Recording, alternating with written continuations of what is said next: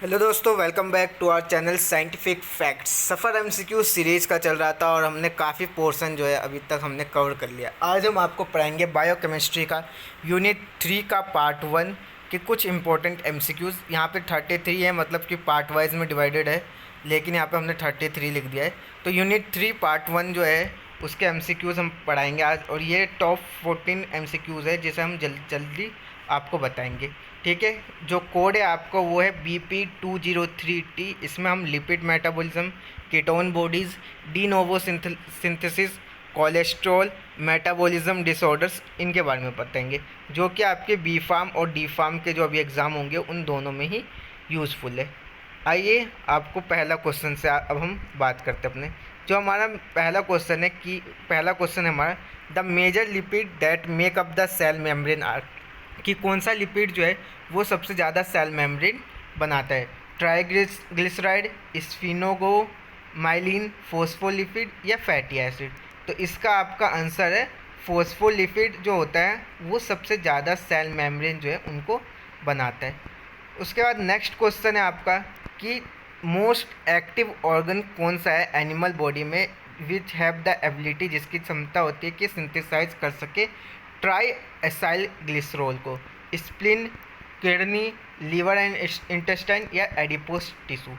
तो इसका आपका जो आंसर है वो लीवर एंड टिश्यू है। इसलिए इसका एक्सप्लेनेशन ये है कि एनिमल्स में लीवर और इंटेस्टाइन्स जो होते हैं वो दो मोस्ट एक्टिव साइड होते हैं टीएजी सिंथेसिस के लिए। एडिपोस टिश्यू जो होता है वो आपका स्टोरेज साइट होता है फैट के लिए। इसलिए इसका जो आंसर होगा वो लीवर एंड इंटेस्टाइन होगा। उसके बाद नेक्स्ट क्वेश्चन है कि जो ट्राई एसाइल ग्लिसरॉल होता है वो स्टोर होता है बॉडी में साइटोप्लाज्म लिपिड ड्रॉपलेट। ये सही है या गलत है? ये ट्राई एसाइल ग्लिसरॉल कभी स्टोर्ड नहीं होता। तो जो आपका आंसर है वो ये है कि ये ट्रू है। ये इसलिए क्योंकि जो ट्राई एसाइल ग्लिसरॉल होता है ये स्टोर्ड होता है एक साइटोप्लाज्मिक लिपिड ड्रॉपलेट, जैसे कि फैट ग्लोब्यूल्स हो गया, ऑयल बॉडीज़ हो गई, लिपिड पार्टिकल्स हो गए, इनमें होता है। ये जो ट्राई एसाइल ग्लिसरॉल होते हैं ये बंद होते हैं एक मोनोलेयर फॉस्फोलिपिड के और हाइड्रोफोबिक प्रोटीन्स के। उसके बाद नेक्स्ट क्वेश्चन है कि इनमें से कौन से प्लेस पे ब्रेकडाउन जो है बीटा ऑक्सीडेशन का होगा, कौन से फेस में? साइटोसोल, न्यूक्लियस, माइटोकॉन्ड्रियल मैट्रिक्स या एंडोप्लाज्मिक रेटिकुलम।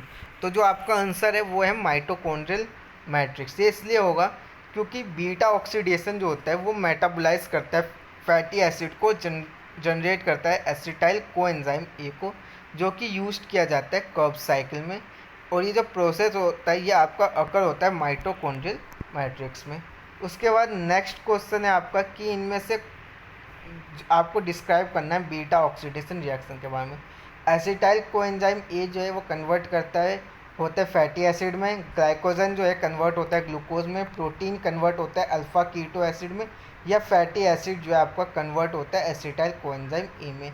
तो जो आपका बीटा ऑक्सीडेशन रिएक्शन होगा इसमें वो है फैटी एसिड जो है आपका कन्वर्ट होता है एसिटाइल कोएंजाइम ए में।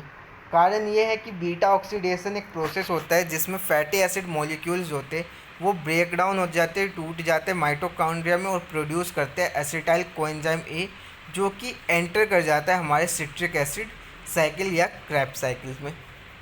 उसके बाद नेक्स्ट क्वेश्चन है कि फैटी एसिड और कोलेस्ट्रॉल जो है वो स्टोर्ड होता है टिश्यू में as dash and dash respectively.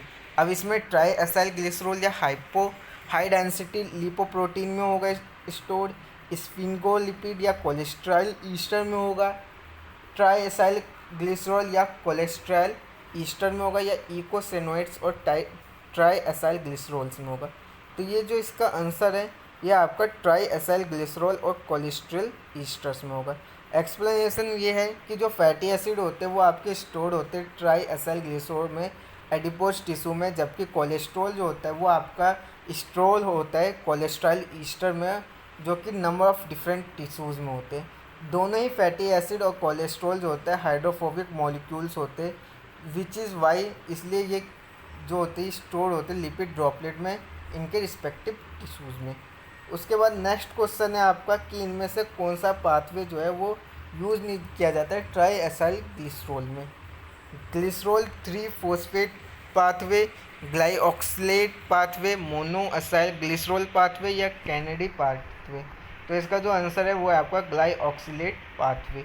इसलिए क्योंकि कैनेडी पाथवे और ग्लिसरॉल 3-फॉस्फेट पाथवे जो होता है वो सेम होता है, जो प्रेडोमिनेट होता है लीवर में और एडिपोज टिश्यू में, जबकि मोनोएसाइल ग्लिसरॉल पाथवे जो है वो यूज्ड होता है इंटेस्टाइन में। उसके बाद नेक्स्ट क्वेश्चन है आपका कि इनमें से कौन सा जो है वो ऑटो ऑक्सीडेशन में जाएगा, free fatty acid, poly unsaturated acid या काइलोमाइक्रोन्स या कोलेस्ट्रॉल। तो आपका फ्री फैटी एसिड जाएगा।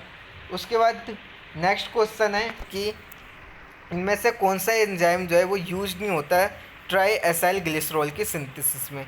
आपके पास यहाँ पे रिएक्शन मैंने बना रखी है कि ग्लिसरॉल 3-फॉस्फेट का जब हम GPAT के साथ रिएक्शन कराते हैं फैटी एसिड और कोएंजाइम A के साथ, तो वो हमें आइसोफॉस्फेटिडिक एसिड देता है, जिसका फर्दर रिएक्शन कराने पे वो फॉस्फेटिडिक एसिड देता है, और एंड में जब हम रिएक्शन कराते हैं तो ट्राई एसाइल ग्लिसरॉल देता है।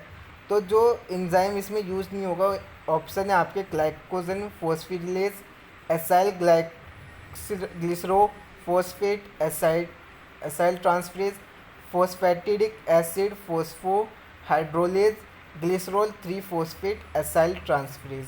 तो इसका जो आंसर है वो है आपका ग्लाइकोजन फॉस्फाइलेज। ठीक है, ये आपका बायोसिंथेसिस हो रहा है ट्राई एसाइल ग्लिसरॉल का कैनेडी पाथवे से। उसके बाद नेक्स्ट क्वेश्चन आता है कि व्हाट इज़ लिपोलाइसिस। लिपोलाइसिस क्या होता है? तो फॉर्मेशन होना कीटोन बॉडीज़ का, हाइड्रोलाइसिस होना ट्राई एसाइल ग्लिसरॉल का, ब्रेकडाउन होना कीटोन बॉडीज़ का, या फॉर्मेशन होना लिपिड का। तो आपका जो आंसर है वो है हाइड्रोलिसिस होना ट्राई एसाइल ग्लिसरॉल का।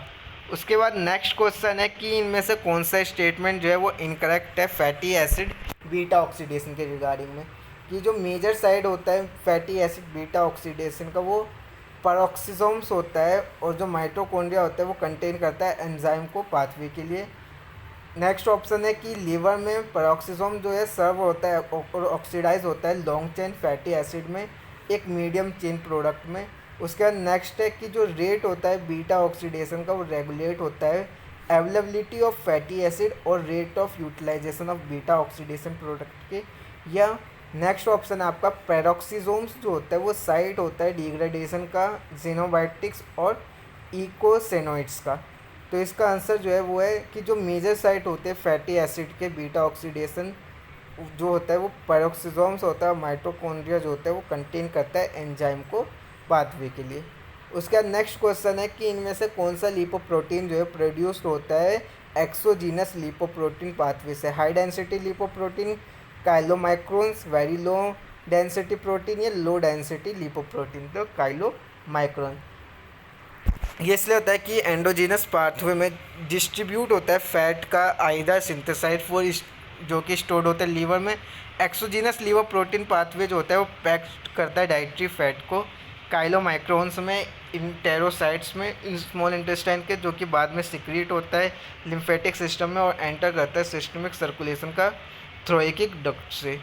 उसके बाद नेक्स्ट क्वेश्चन है कि जो डी नोवो फैटी एसिड होता है उसका सिंथेसिस होता है यूजुअली और सिग्निफाई करता है इनमें से क्या, एक्सेस फैट इनटेक का, डिप्लीशन का, एनर्जी यील्डिंग सबस्ट्रेट का, excess of energy yielding substrate का, या only occur with prolong fasting का। तो ये एक्सेस करता है एनर्जी यील्डिंग सबस्ट्रेट का। डी नोवो फैटी सिंथेसिस जो होता है एक टिपिकली सिग्निफाई करता है और एक्सेस ऑफ एनर्जी को यील्ड करता है सबस्ट्रेट में कार्बन के कि सप्लाइड हो सके कार्बोहाइड्रेट के द्वारा और कुछ एमिनो एसिड में। इसमें जो प्रिकर्सर होता है मेटाबोलाइज्ड करता है एसिटाइल कोएंजाइम ए को माइटोकॉन्ड्रिया में।